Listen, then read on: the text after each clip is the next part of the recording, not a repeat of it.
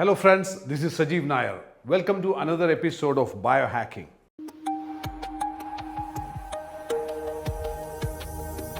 As you know, I have been working on thoughts for the past so many years.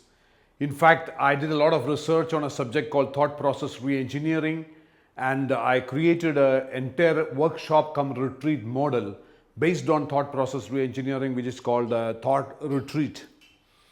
Now, I'm not here to promote about those workshops. I just wanted to share with you some of the learnings which really made me completely change my thought process. Now, when we talk about thought process, we know that it's the organ which is responsible for our thoughts is our brain. And we all know, most of us know, definitely those people who have been watching my videos, they all know that it all depends, a lot depends on the kind of inputs which goes into your brain. What goes in, which comes out, or rather we generally call it as what goes around comes around. Some people say that good things in, good things out. That means garbage in, garbage out. So if you are going to put garbage continuously into your brain, you're going to get garbaged thoughts. If you're going to put good ideas and good information into your brain, you're going to get good thoughts.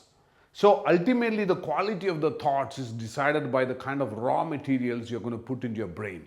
So beware what you're watching, beware of what you are reading, beware of what the kind of people you are associated with, beware of the kind of things you listen. These are all very critical factors because your thoughts are being decided by the inputs which you put into the brain. Now, another perspective I just wanted to share with you, it is not just what you hear, it is not just what you see, it is not just what you read, it is also what you eat. That also has got an impact on your thoughts. Oh, this, you may be thinking that how, what I eat has got an impact on my thoughts.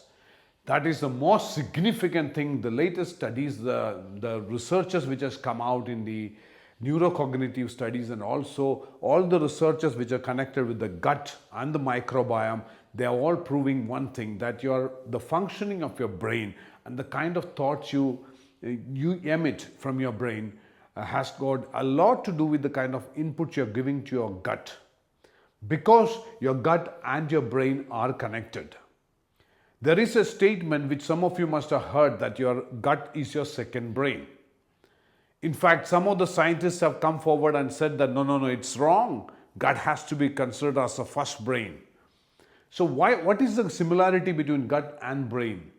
As you know, the brain has got billions of neurons, and of late the scientists have found that the same neurons are there in your inner lining in your gut. So that means the gut also behaves like the brain. That is why we get the gut feel. That is why we get the fear coming from our, the abdominal part. Why should we get that fear, that feeling coming from our stomach? It should be coming from our brain, right? So that because you have got neurons out here in your gut. And when it comes to gut, who controls your gut? It's the bacteria, it's the microbiomes. There are billions of microbiomes, not billions, trillions of microbiomes inside your gut. We generally say that you have got about 36 to 40 trillion cells in your body and more number of microbiome inside your gut. The microscopic organelle which are called the microbiome, which includes the bacteria, the fungi, different types of organelle, I would say, all put together, they're all microscopic. You cannot see from with your naked eye. These microscopic, organelle put together in your gut, they weigh close to about 2.5 kilos. So just imagine how much of microorganisms are there in your gut. And they control your mood. They control the way you think. Can you believe it? I'm going to come out with more information on this in coming videos, but just understand what you eat is so important, the way you think.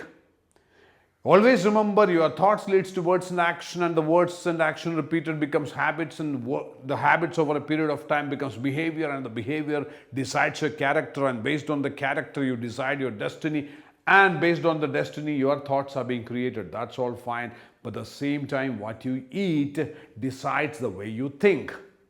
So now onwards we should be careful, we should be conscious about what we eat. When you're eating all the kinds of junk foods, always remember that they are going to create or they are going to inspire or make your brain create those kind of thoughts which are not going to help you to create the kind of life you want to live. So, what you eat is also so crucial for the way you are going to think. If you wanted to create a millionaire thought process, you need to first decide, I am going to only eat the right kind of food.